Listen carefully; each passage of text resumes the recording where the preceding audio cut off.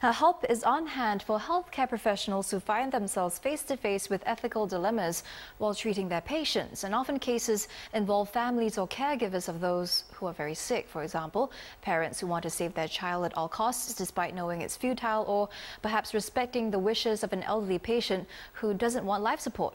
So to help doctors recognize and respond to situations of ethical uncertainty, the Center for Biomedical Ethics at the NUS Yong Lu Lin School of Medicine has launched an online casebook. So to tell us what that is one of the contributors to the casebook, Dr Noreen Chan. So Doctor, thank you very much for coming in today.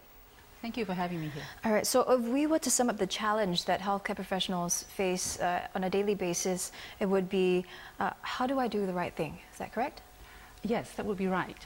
And I think we need to realize that even as medical technology has advanced, and there are so many things that we can do to treat people and to treat certain conditions, just because you can doesn't always mean you should, either because it's not suitable, or maybe the patient doesn't want it. The problem is these challenges we don't teach very well, I'll be honest. And young staff or inexperienced staff often do face challenges when trying to make decisions together with patients and families. And we hope that this casebook will enable them to start thinking about the problems in a more consistent and concrete manner. Okay, so the casebook has 12 hypothetical cases, but they're all based on real-life scenarios.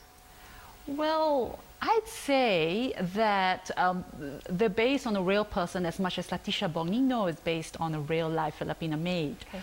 No, I will say that they're probably distilled from the experiences of the contributors and represent probably the typical cases. And I would say it would be testament to the contributor's skill that people who read this often identify very strongly with them. But I will say that there's in no way based on one particular patient. Actually, I read through some of the cases, and what struck me was how well written it was, and I was able to actually empathize with all the characters in the story. So you can kind of tell that a lot of care went into writing the case studies. So how difficult was it to gather all the information in one place? Well, I'm not one of the chief editors, just one of the contributors, but from what I understand, when they went out and they asked people to contribute, not one single person said no. Okay. So I would say what that means is that everyone felt that this was something that was very important, very timely, and they just wanted to help out. And as I said, all of us who contributed did so from our own personal, clinical, professional experience, and I think that's why it sort of rings true. Okay, perhaps give us an example of a case study involving an elderly patient. There's a lady called Madam Lee, and how you covered all the bases in preparing each step in the case study. Well, the case of Madam Lee is that of someone whom we might all recognize, one of those mates who came from China, worked in Singapore for many years, looked after many generations of the same family. And yet, when she became ill, there were clashes within the family about what was best for her. She was also living in a nursing home at that time, and there was a little bit of perhaps I would say, I don't know, miscommunication or some lack of agreement between the nursing home and the family about what the right thing was. Now, I have to say this, we put up this case scenario really to set people thinking about how they might approach this problem. Okay. And it's not an algorithm, it's not a recipe book, it doesn't tell you step by step what to do. What it does more often is highlight questions that people should be asking themselves when they're faced with a situation like this.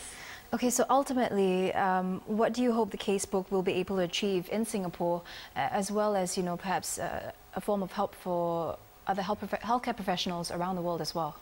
Well, we designed this casebook really for the Singapore setting, so I can't talk about its applicability to other countries. But what we hope it will enable people to do would be to really start approaching these problems and with more confidence. Ideally, these scenarios would be used as a teaching tool, so they would be facilitated discussions either with students or with young doctors or nurses, and we talk through the problems.